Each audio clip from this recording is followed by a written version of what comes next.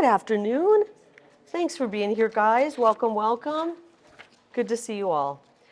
Well, as you know, this week, the Arizona legislature repealed the 1864 total ban on abortion.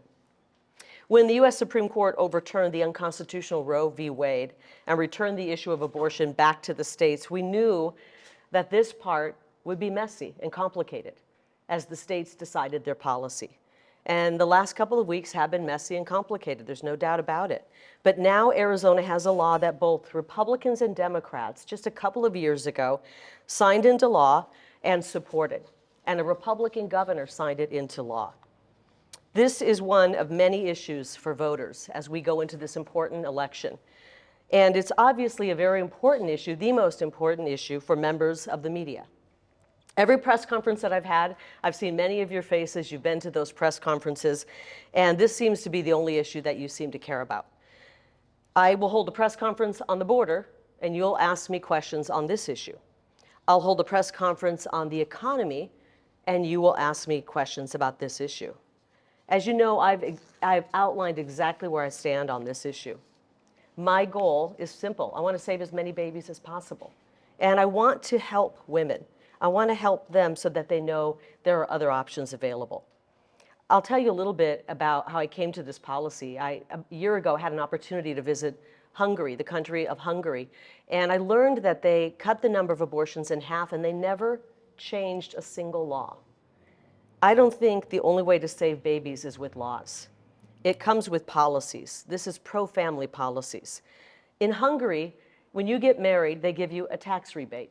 When you have a baby, they give you another tax rebate. Any woman in Hungary who has 4 babies never pays taxes again. And as a mother myself, I know that when you have babies and you go back into the workforce, that's a difficult time. Very difficult to make that decision. In Hungary, they actually offer tax rebates to grandparents who are willing to help take care of their grandchildren so mom and dad can get back into the workforce. They're called baby bonuses. It's also called pro-family legislation. And when I get to the U.S. Senate, that is my plan. I will be the most pro-family U.S. Senator in the country. I want to explore these options when I get to D.C., and I want to move on them when I get to D.C. So it's more than just talk. It's actions that help women, babies, family, and children. I will put forth policies that help women so they know there is financial help. I will let them know there's adoptive services available and true choices out there so they can make a better educated decision. We're going to push pro-family policies that make it easier for people to start families. We will improve the economy so that young people know it's affordable enough for them to get married and start a family. It's true that we're only as strong as our most important institution, and that institution is the family. And right now, if you get out and talk to Arizonans, you understand the family is in trouble right now. The family is in trouble because of bad policy. You know, we bail out big banks and big corporations all the time, but when is the last time we did anything to help families? I want to be very clear, as your U.S. Senator, I will oppose federal funding of abortion and federal banning of abortion. Ruben Gallego, my opponent, voted to spend hundreds of millions of your federal tax dollars on abortion. The U.S. Supreme Court has ruled this is a state issue. States get to decide their abortion policy. Let me remind you in the media, my friends in the media, I am running for federal office. This is an issue that has been returned to the states. I think that some of you understand that, but more of you should look into it. Gallego voted to take away the ability for states to have input on their own abortion policy. The Supreme Court disagrees with him on that. Somebody needs to remind Ruben he's running for a federal office, not the state legislature. Arizona knows that I want to help women, that I want to help babies, and I want to help families. You all know exactly where I stand on this issue because you've asked me about it hundreds of times and I've answered your questions. And you can find my comprehensive policy right there on my website and a video where I outline exactly where I stand on this issue. You can go to karilake.com/issues. But unfortunately, for the people of this great state, of the state I love, Arizona, they don't know where Ruben Gallego stands. They don't know where his radical ideology is. And a big reason why is because you guys refuse to ask him where he stands. you refuse to pin him down on his radical abortion policy. And I'm not sure why you're failing to do that. I think it's because many of you are foot soldiers for the DNC, the Democrat Party. Let me tell you what his stance is on abortion. This is where he stands. He has the most extreme abortion stance of any politician that is running in America. And guess what, guys? He has a voting record to prove it. He supports abortion up until the moment of birth. That's a fact, and he's voted for that. He's voted to use $300 million of your federal tax dollars that you pay in your paycheck every week and send off to the federal government. He has voted to use $300 million of our federal tax dollars to fund abortion. And he sponsored legislation to send hundreds of millions of our hard-earned tax dollars to other countries to support abortion overseas.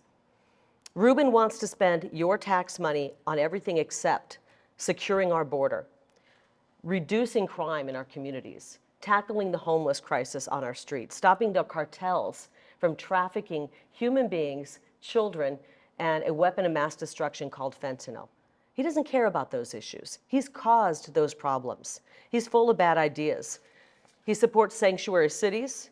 He supports defunding the police and even had the gall to march and defund the police rallies. He supports asylum, job permits, and also giving people who are coming here illegally housing and resources that are meant for American citizens. And he supports men playing in women's sports. Ruben Gallego voted to send $270 million to Ukraine, including more money, $65 billion more just last week. He was so proud of that vote, in fact, that did you see him on the House floor waving around the Ukrainian flag like a pom-pom girl? He's so proud to support Ukraine, but he doesn't care about our border, which is just a few hours south of here. And when Ruben Gallego walked out on his wife days before she gave birth to his firstborn child, served her with divorce papers, and ran off with a DC lobbyist, that shows you that he is willing to walk out on his family, and he will walk out on Arizona. Ruben Gallego's vote does not belong to the people of his district. His vote belongs to his handlers in the District of Columbia. And by the way, that vote goes with Joe Biden 100% of the time. We all know that Ruben Gallego has been a disaster when it comes to our safety and our security and our economy. And that's the reason why he wants to make this entire election about abortion. They want to turn something that is so difficult and so personal into a political football. Shame on you, Ruben, and shame on you in the media for allowing him to do that. For far too long, Republicans have not had the courage to talk about this issue. They have shied away from it. I'm sure you know by now that I'm not the type of politician to shy away from any difficult issue. I've been happy to talk to you about all of the important issues that we face in this state. Nothing about our policy is extreme. I want to save as many babies as possible, help women so they know there are other options available to them. It is a Democrat named Ruben Gallego who is actually the extreme one on this issue. I want you to raise your hand right now if you have any questions for me on abortion. Anybody out there have any questions for me on abortion? Great. I thought you might. You can put your hands down. This is a great opportunity that I have for you guys. I am officially challenging my opponent, Ruben Gallego, to a one-on-one debate on the issue of abortion. We owe it to the people of this state, not just to state our policy, but to defend our policies, and I'm willing to do that. We owe it to them. I will defend saving babies any day of the week. I will defend helping women so they know there are other options out there so they can make a better decision for themselves and their future. Ruben can then defend partial birth abortion. He can defend abortion up to and the minute of birth. He can defend sending money overseas for abortion in foreign nations. He can defend taking away the state's ability to craft policy on this issue. Ruben and his friends plan to spend $120 million between now and November 5th on abortion. If he's willing to do that, he should be willing to stand before us and debate this issue. So now I'm speaking directly to Ruben Gallego. Take a look at your calendar, Ruben, and get back to my team. I think the perfect time to do this would be Mother's Day weekend. I'm more than willing to open up my schedule on Mother's Day weekend. and clear my schedule so that we can stand together and answer all of the questions that Ruben's friends in the media have and any questions that the people of Arizona have on this issue. I ask all of you to reach out to Ruben and encourage him to have the courage to show up for this debate. So I ask you right now to write down all of your questions, all of you who raised your hand, write down those questions. I look forward to a series of debates with Ruben on all of the issues that matter to Arizona, primarily the border, which is wide open, the economy, which is spiraling downward, and the safety and security of the people of this great state. But since abortion seems to be the only issue he wants to talk about, I think it's the perfect debate to start with, and I'm hoping that he will have the courage to show up. Thank you very much. I appreciate you.